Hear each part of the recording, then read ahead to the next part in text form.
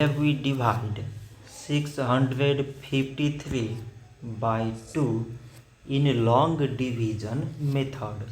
So 2 times 3 is 6. On subtracting we get 0. So now we put down this 5 and 2 times 2 is 4. On subtracting we get 1.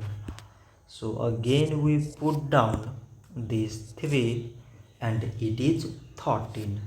So 2 times 6 is 12.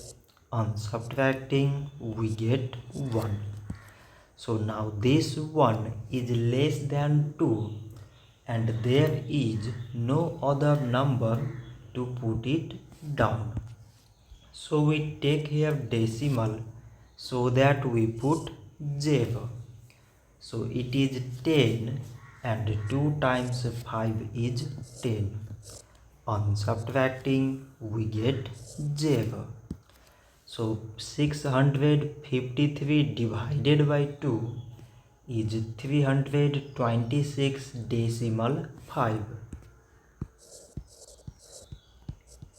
So this much for today and thanks for watching.